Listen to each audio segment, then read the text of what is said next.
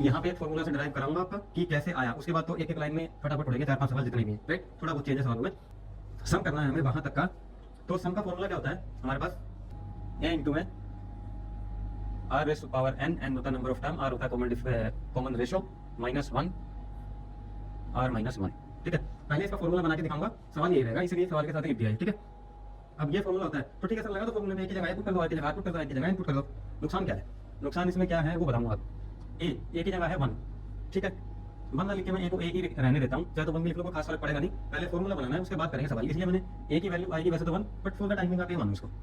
Are क्या होता है, आर होता है sir next term divided by previous term और उसका रेशो। आर की वैल्यू मेरे पास है 1/2 रेज टू पावर, अब टू इनफाइनाइट है तो n है, हमने भी n लिख दिया इस पे -1, और ये पूरी वाली ब्रैकेट आपकी। अब r क्या है 1/2 -1, कुछ गलत तो नहीं लिखा इसमें, ए का फटका हो रहा हो, कुछ लोग इसको भी 1 बना दो, ठीक है। चाहे एक लिखो चाहे 1 लिखो, कोई खास बात नहीं है। अब इसमें मैजिक स्टार्ट हो गया, ट्विस्ट या समझने वाली चीज यहाँ से है। 1/2 की पावर n है, n का मतलब है नंबर ऑफ टर्म, और नंबर ऑफ टर्म है हमारी इनफाइनाइट तक, ठीक है।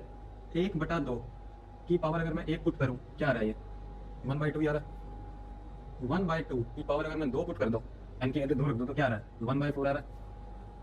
1/2 ज्यादा बड़ा है या 1/4 ज्यादा बड़ा है, ऑब्वियस सी बात है 1/2 ज्यादा बड़ा है।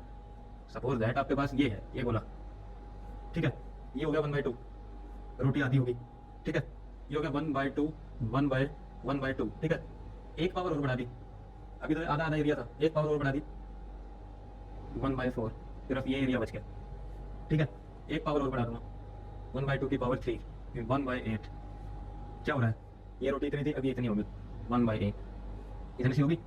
कहने का मतलब ये है 1/2 रेज़ टू पावर 4 कर दूंगा 1/16, ये होगी, एंड सो ऑन। जितना इसका पावर बढ़ाता जाऊंगा उतनी वैल्यू कम होती जा रही है, छोटी होती जा रही है वैल्यू।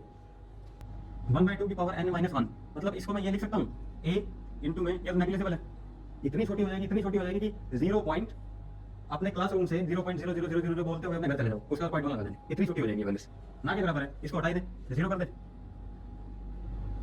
हाँ 1/2 -1 माइनस का 1/2 ये लिख सकते हैं, ठीक है। या इसको ये लिख दूँ ओके, r -1, कोई नुकसान तो नहीं। अब a को 0 से मल्टीप्लाई किया 0, a को -1 से मल्टीप्लाई किया -a, नीचे है r -1, ठीक है। ये माइनस थोड़ा सा अच्छा सा नहीं लग रहा, इसका इलाज करो। a माइनस का तो है ही, इसमें से माइनस कॉमन ले लो, जैसे माइनस कॉमन आया एक वाली तरफ आ जाएगा 1 - r, ये बच गया, माइनस से गया माइनस।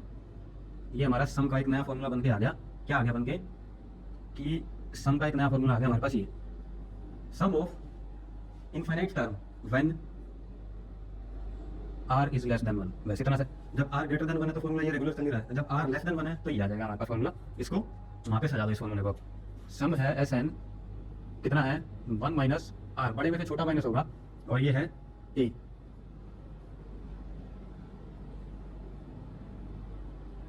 जब r लेस देन 1, ये ध्यान रखना।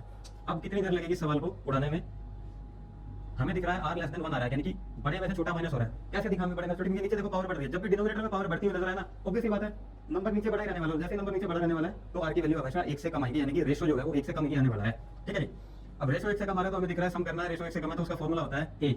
ये फालतू की कहानी हटा दूं, उसका फॉर्मूला होता है सर हमारा a, नोट कर लेना पीछे से थोड़ा सा 1-2 सेकंड आगे पीछे करके, यहाँ आगे कमी से लिख रहा हूँ। तो सम का फॉर्मूला होता है सर उनका a कितना है 1 डिवाइडेड बाय r कितना है 1/2 -1, 1 बाय आधे में से 1 - r होगा ना, 1 - 1/2, ठीक है। तो ये बच गया 1/2, 2 गया ऊपर, 2 मेरा आंसर। सिंपल सा आंसर इसका यही है 2, बस।